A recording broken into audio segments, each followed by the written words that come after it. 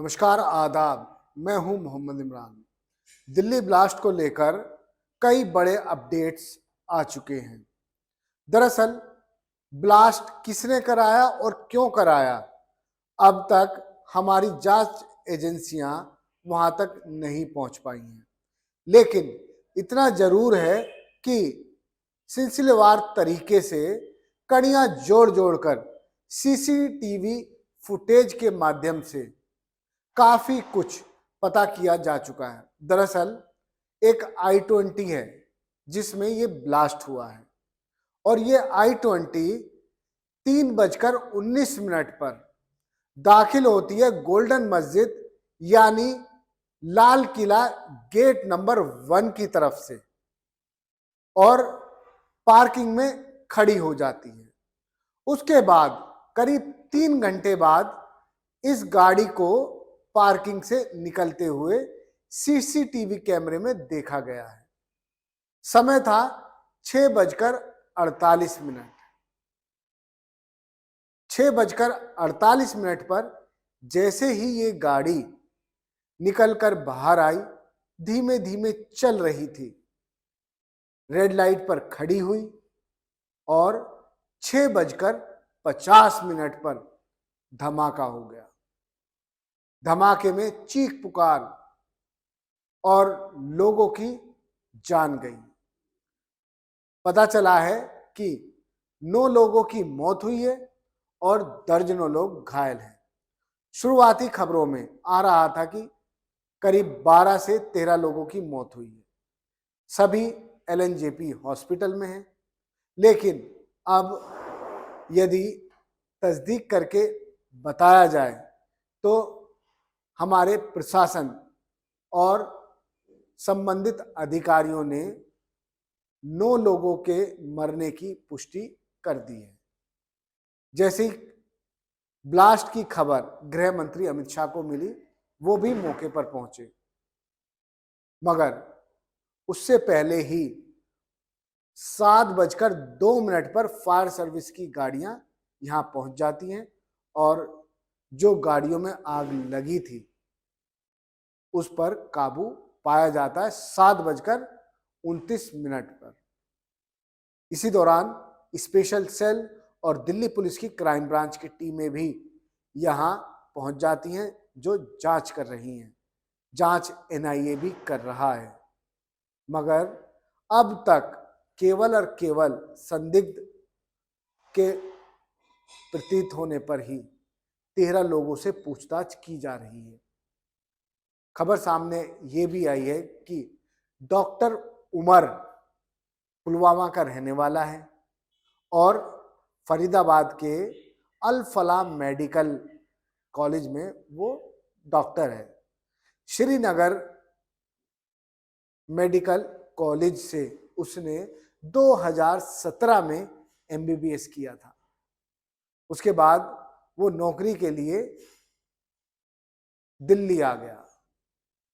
Police उसको भी संदिग्ध मान रही है।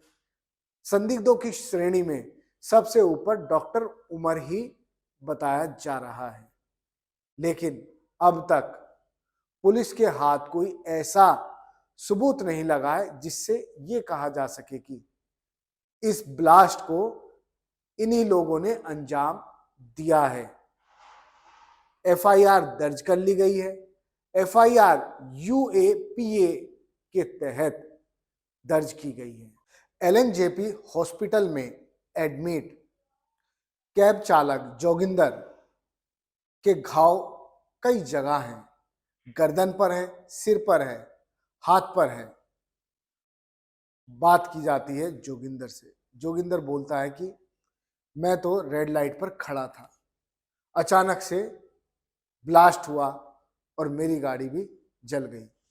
1 महीने पहले ही ये गाड़ी उसने खरीदी थी।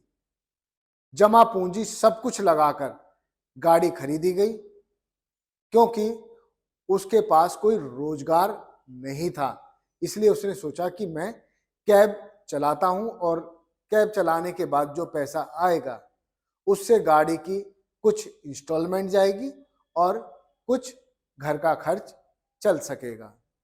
काफी घायल अवस्था में अभी भी वो अस्पताल में है। वहीं सुमन और सरिता भी हॉस्पिटल में एडमिट हैं, जो बताती हैं कि वो ई रिक्शे से मंदिर आई थी, ई रिक्शे से वापस जा रही थी, तभी धमाका हुआ और ई रिक्शा पलट गया। दोनों के हाथों में, कंधों पर चोट है। सरिता कहती है कि उसका राइट हैंड नहीं उठ पा रहा है। सुमन बताती हैं कि उसका लेफ्ट कंधा मूव नहीं कर रहा है, बहुत पेन हो रहा है। खैर, ये आंखों देखी वो बता रही हैं और घायल अवस्था में अस्पताल में एडमिट हैं। अपडेट के नाम पर अब तक जांच एजेंसियां लगातार जांच कर रही हैं, मगर ये घिनौनी वारदात